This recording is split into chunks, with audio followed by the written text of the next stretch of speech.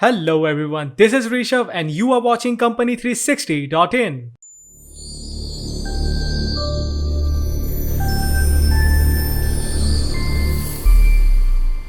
Today's question is, can we copyright makeup looks? A piece of art has worth. A lot of time, effort and energy go into the creation of any form of art. Whether it's an original painting by Ravi Verma, cartoon characters such as Tom and Jerry, a hand-embroidered sari, a piece of music by Ravi Shankar, a Ram Leela play staged at an auditorium, or a black smoky eye.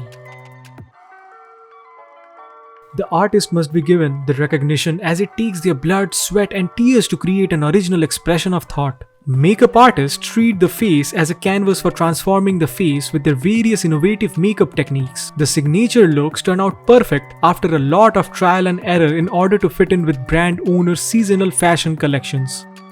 Acknowledgement of value.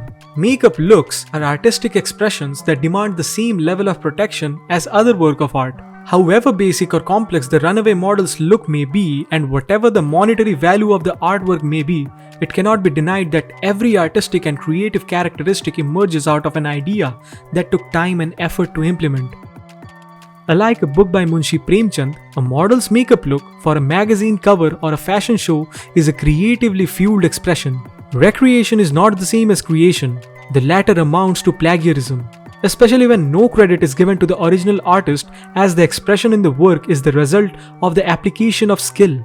Hence it deserves to be recognized and protected from piracy. Copyright in makeup art. Wherever originality exists, you can be sure plagiarism won't be far behind, and it does not fail to include the beauty industry. Nowadays, it's often seen that the makeup look done by the artist is stolen, where copycat makeup looks are passed off as their own art and aren't credited to the source. For instance, Diet Prada called out two editorial beauty looks worn by Rihanna, claiming that the two different makeup artists and creative teams ripped off styles from their colleagues. Rihanna's silver glitter-coated lids, lips, and tongue, according to Diet Prada, were clearly taken from a 2014 design by Yamin for a 2018 Allure story. Snapchat made waves a few years ago when it unveiled a new set of face-altering filters that appeared to be directly inspired by the creations of independent makeup artists. These filters weren't just imitations of beauty looks. In fact, they were identical reproductions of exquisite works of art, seemingly stolen from the feeds of makeup artists.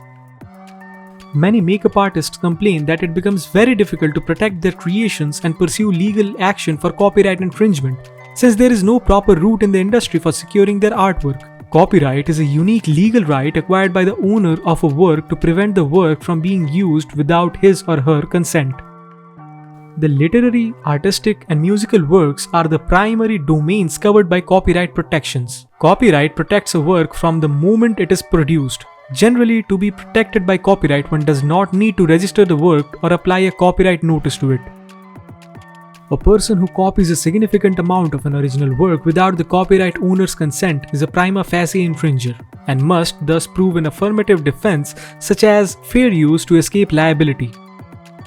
The Argentine courts considered this topic in relation to a dispute between a cosmetic artist, plaintiff, and the director of a magazine, defendant. The plaintiff sued the defendant after she was contracted to perform makeup for models in productions for the magazine N. Following that, she was invited to a parade held by the defendant and saw certain catalogs there, including images indicating that the plaintiff's makeup look was created by a third party rather than the plaintiff.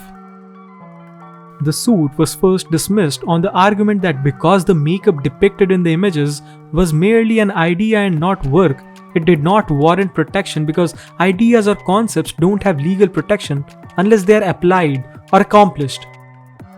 The Civil Appeals Chamber later revoked the plaintiff's first instance judgment, stating that the defendant had harmed the plaintiff by using the photos for a purpose other than the original one for which they were produced, patrimonial right, and by failing to consign the plaintiff's name as executor of the realized makeup, moral right.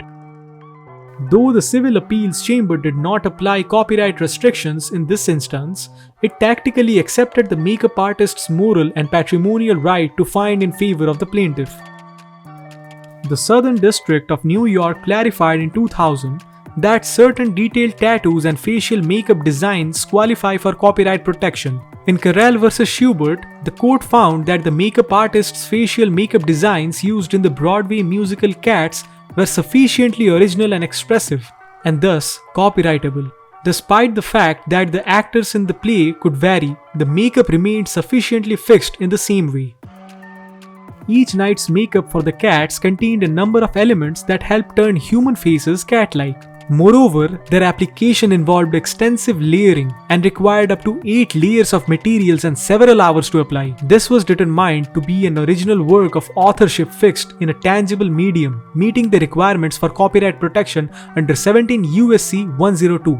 The wider framework of legislation, however, is required to preserve creativity because not all artistic expressions are rewarded equally. Conclusion: despite the decision of the court in Carell vs. Schubert, the facial makeup design is protected under copyright law. The world of makeup and copyright law is constantly evolving, and some lucidity on how to apportion copyright when a long-term record cannot be made is required. Since intellectual property results from creative efforts, though the use of human intellect, every conceivable efforts must be made to encourage innovative and inventive activity.